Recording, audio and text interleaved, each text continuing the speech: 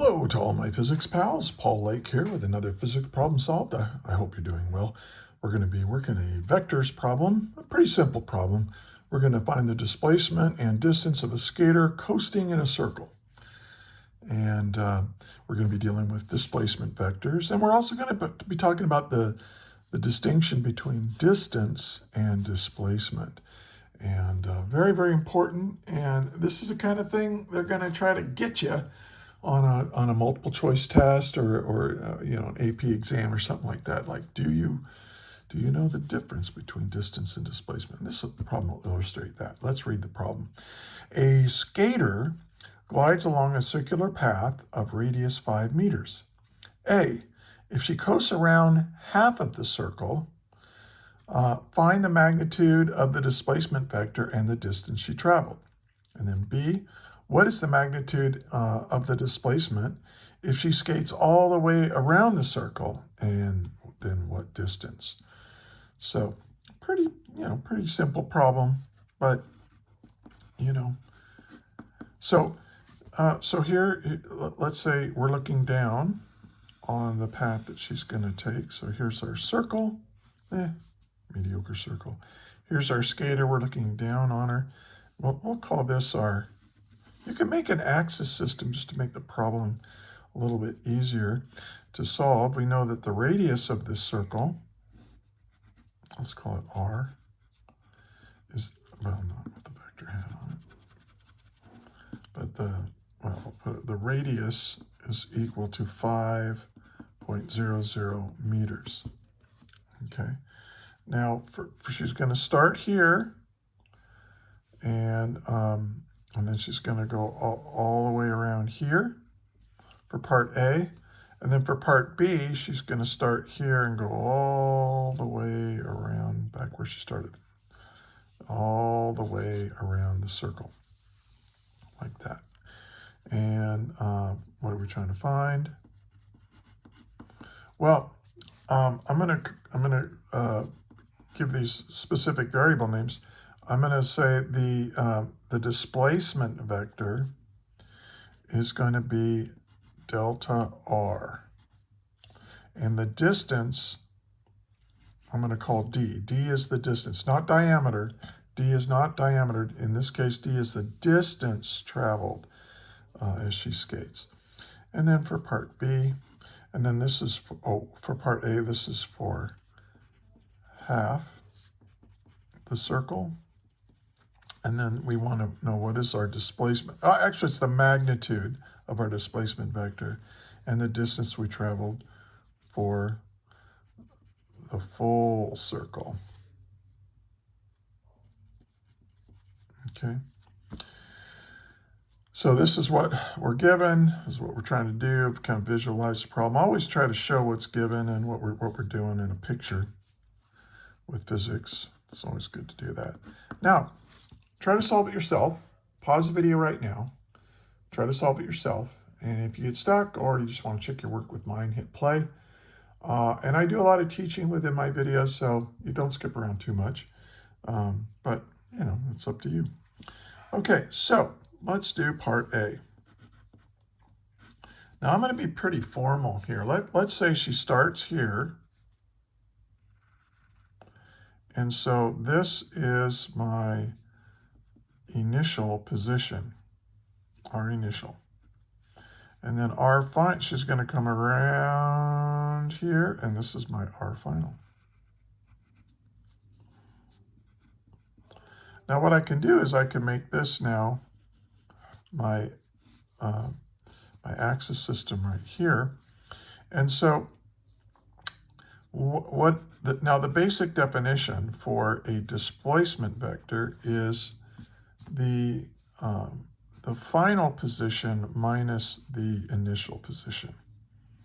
Okay, so this is what we're going for. So we look at where is my final position? Well, I'm going to make this my origin, and I'm just going to say, hey, along the x-axis, it's 5 meters away. So we're 5 meters away, and then we're going to subtract from that my final position. subtract for that my initial position. It's R final minus R initial. Whenever you have a delta, that's what you're dealing with, the final minus an initial. Well, that was over here, but that's -5 meters, that position. And so what is 5 meters minus -5 meters? Well, when you subtract a negative, you're adding, so that's 10 meters. And that's what delta R is. And it doesn't matter where you start. If you go around half, they want the magnitude of this, so they don't really care about direction here. We just like, what is the magnitude of my displacement vector? Now to figure out the distance traveled, distance is very different. It's not, this for displacement, you only care where you ended up and where you started. You don't care what you did in between. Like if the skater, did a bunch of loops and sow cows and triple axles or whatever, and then ended up right here, they'd have the same displacement vector, but they'd have a lot different distance. Distance is the length of the path. So it's like if you laid a string on the path and then you straighten out that string, how long is that string going to be? And so, well, we can see here that the length of this path is half of a circle. So this is the circumference of the circle divided by 2, right? Because it's not the whole circumference, it's just half of the circumference. So that's 2 pi r over 2. So that's equal to pi times r, but r is given to be 5.00 meters. And what is 5 times pi? Okay, so we have pi times 5, and we get 15.7. So my distance is 15.7 meters. So it's quite often the case when you're dealing with vectors that the displacement vector is less than the distance vector. And the distance vector, the distance is a scalar, not a vector. So, and distance is always positive. There's no such thing as a negative distance. You can have a negative displacement. Here we had a positive displacement because we started over here and we ended over here, and we calling this the positive direction. But if I started here and ended up over here, my displacement vector would be from here all the way across over here. And you can see that that's in a negative direction. So that would be -10 meters. But what did they ask for in this problem? The magnitude of the displacement. So even if we started over here and went this way, or this whatever, the magnitude of the displacement is just 10 meters. Okay, hope that's clear. Now for part B, well, we can do the same thing. Now this is a little bit silly, but because if you see it, this is really so. So we're going to start here, and she's going to coast all the way around this circle, all the way around. So this is R initial, and this is R final. So, well, let's just do it. So R final is at that -5 meters. And then what is, so that's R final. What was R initial? We're going to subtract -5 meters. Well, what's -5 meters minus -5 meters? Oh, that's 0 meters. The displacement is 0. If you end up where you started, your displacement is 0. That's why I like to joke around with my students. I say, like, what's the average velocity of the winning car at the Indianapolis 500? Well, the starting line is finish line, so it's 0 displacement. So the velocity would be 0, because velocity is just displacement divided by time. But the speed is the distance divided by time. So the distance was 500 miles, and you divide that by how much time the race took, and that's their average speed. So anyway, now the distance is just the circumference, but not divided by 2 because we're going all the way around. So it's just 2 pi r, 2 pi times 5 meters.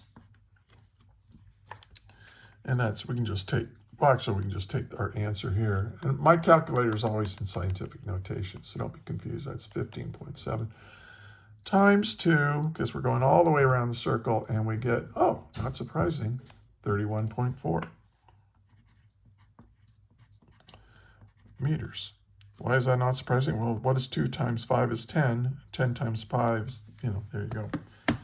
All right, so there's my distance traveled by the skater. Okay, simple problem, but understanding the difference between distance and displacement, and then how to see it, how to draw your position vectors. And here's my displacement vector, at least for part A. Here's our final. You go from where you ended, from where you started to where you ended. So this is my delta R vector for part A, from here over to here, and 10 meters. Okay. All right, well, there it is, another physics problem solved. Hey, check in the description for links on more problems and lectures, and I've got like 15 different Google Docs, and they're all linked together, and they've all got, literally hundreds of problems are there, and lots of lectures on this kind of stuff. So, if you have a professor or a teacher that doesn't lecture very well or whatever, I do a good job. I'm just going to say it. I do a good job. Also, there's a link there if you're interested in having a private physics tutor. I am a private physics tutor, and my rates are reasonable, and I can save you a lot of time and stress. I swear I can make physics fun again, because physics should be fun. It's beautiful, and it's also very, very useful.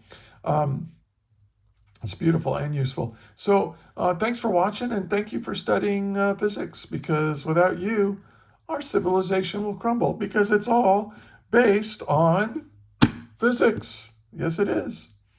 You take care. And until the next video, may the net force be with you always. That is all.